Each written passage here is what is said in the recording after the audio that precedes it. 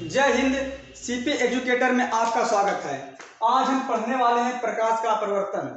प्रकाश का परिवर्तन होता क्या है? जब प्रकाश किसी चिकने तल पे आपतित होता है तो उसका अधिकांश भाग उसी माध्यम में वापस लौट जाता है। इसी घटना को प्रकाश का परिवर्तन कहते हैं। तो हम लिख सकते हैं कि जब प्रकाश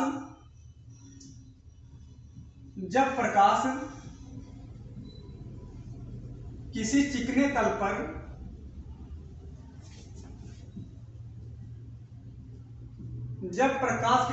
तल पर आपतित होता है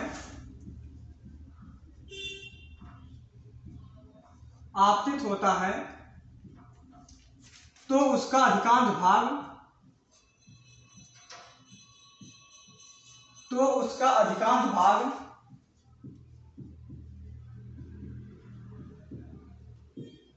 अधिकांश भाग उसी माध्यम में वापस लौट जाता है।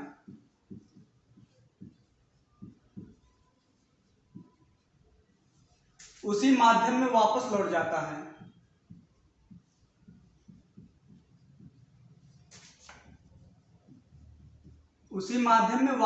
जाता है। जब प्रकाश किसी चिकने तल पे आपतित होता है तो उसका अधिकांश भाग उसी माध्यम में वापस लौट जाता है और इसी घटना को ही प्रकाश का परिवर्तन कहते हैं। उसी माध्यम में वापस लौट जाता है। इसी घटना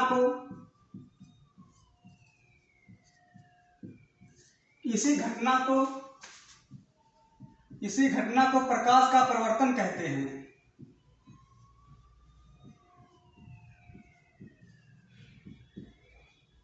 प्रकाश का परिवर्तन कहते हैं।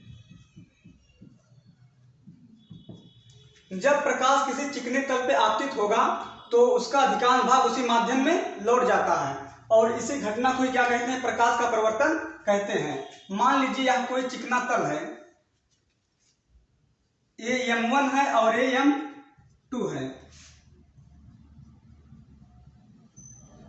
जब इस चिकने तल पे प्रकाश का किरण आपतित होता है तो इसका अधिकांश भाग इसी माध्यम में वापस लौट जाता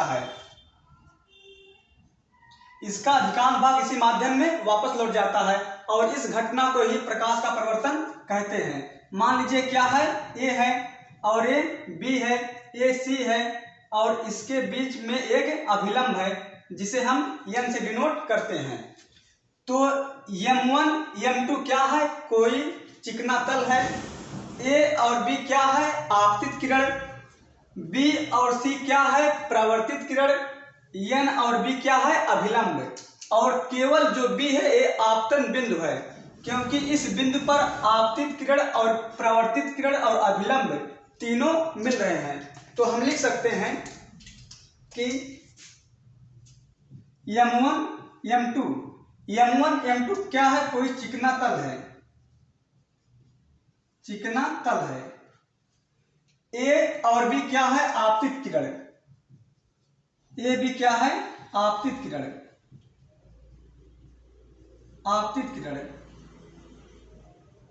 A B क्या है? आपतित किरण। B और C क्या है? परावर्तित किरण। B C क्या है?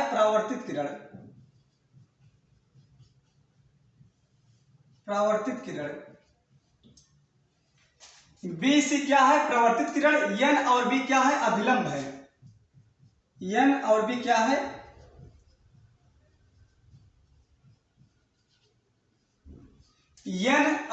है? अभिलंब है।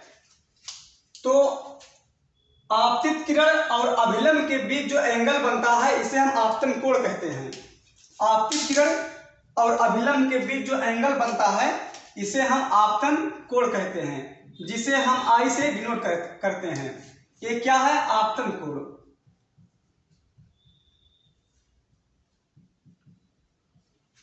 अभिलंब और परावर्तित किरण के बीच जो एंगल बनता है इसे हम कहते हैं परावर्तन कोण।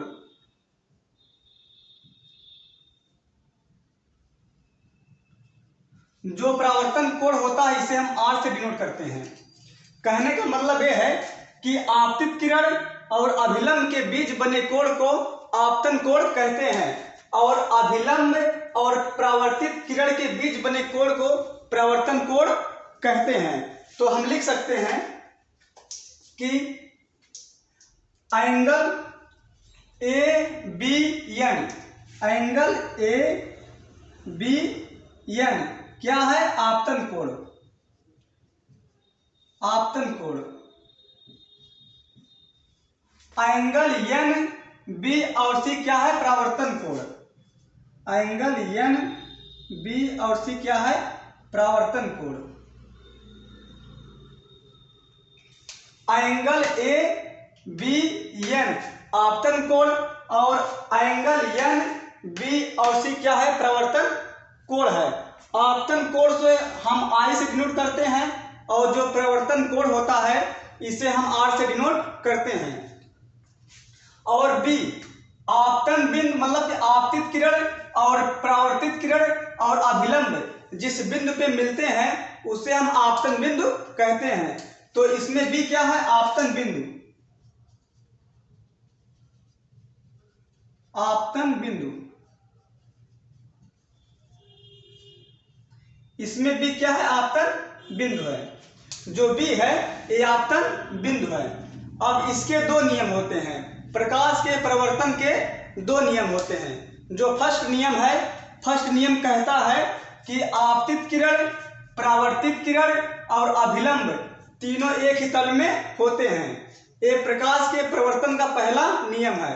और जो दूसरा नियम है वो कहता है कि आपतन कोण और परावर्तन कोण का मान सदैव बराबर होता है। आपतन कोण और परावर्तन कोण का मान सदैव क्या होता है?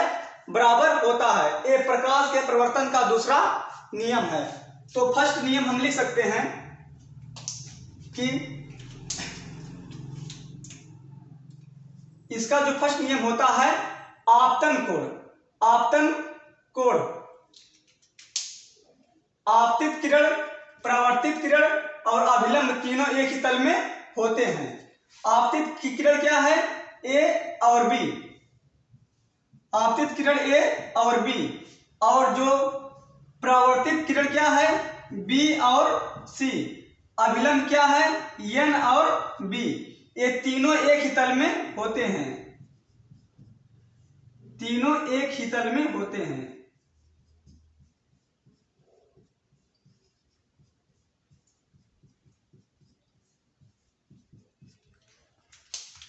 आपतित किरण, परावर्तित किरण और अभिलंब तीनों एक ही तल में होते हैं।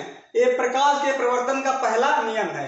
और जो दूसरा नियम है, दूसरा नियम कहता है कि आपतन कोण का मान सदैव परावर्तन कोण के मान के बराबर होता है। तो आपतन कोण क्या है? I। तो angle I equal to angle R, angle I equal to angle R। जितना मान आपतन कोण का होगा उतना ही मान परावर्तन कोण का होगा। इस पे जो है कुछ न्यूमेरिकल आते हैं। जैसे मान लीजिए अगर आपतन कोण का मान जो है 35 डिग्री दे दिया, अगर आपतन कोण का मान 35 डिग्री दे दिया तो पूछेगा कि जो परावर्तन कोण है इसका मान कितना होगा। जबकि हम जानते हैं कि प्रकाश के परावर्तन का जो दूसरा नियम है कहता है कि आपतन कोण का मान सदैव परावर्तन कोण के मान के बराबर होता है। इसलिए आपतन कोण का मान जितना होगा उतना ही मान जो जो परावर्तन कोण होता है उसका होगा। तो जो परावर्तन कोण है इसका मान भी कितना होगा? 45 डिग्री। क्योंकि इसके दूसरे नियम में बताया गया है कि आपतन कोण का मान सदैव परावर्तन कोण के मान के बराबर होता है। यदि मान लीजिए यहाँ जो आपतन कोण है, जो आपतन कोण है इसका मान दे दिया 38 डिग्री, आपतन कोण का मान दे दिया 38 डिग्री, तो पूछेगा जो परावर्तन कोण है इसका मान कितना होगा। जबकि हम जानते हैं कि आपतन कोण और परावर्तन कोण दोनों आपस में इक्वल होते हैं। तो इसलिए जो इसका मान आएगा ये भी 38 डिग्री आएगा।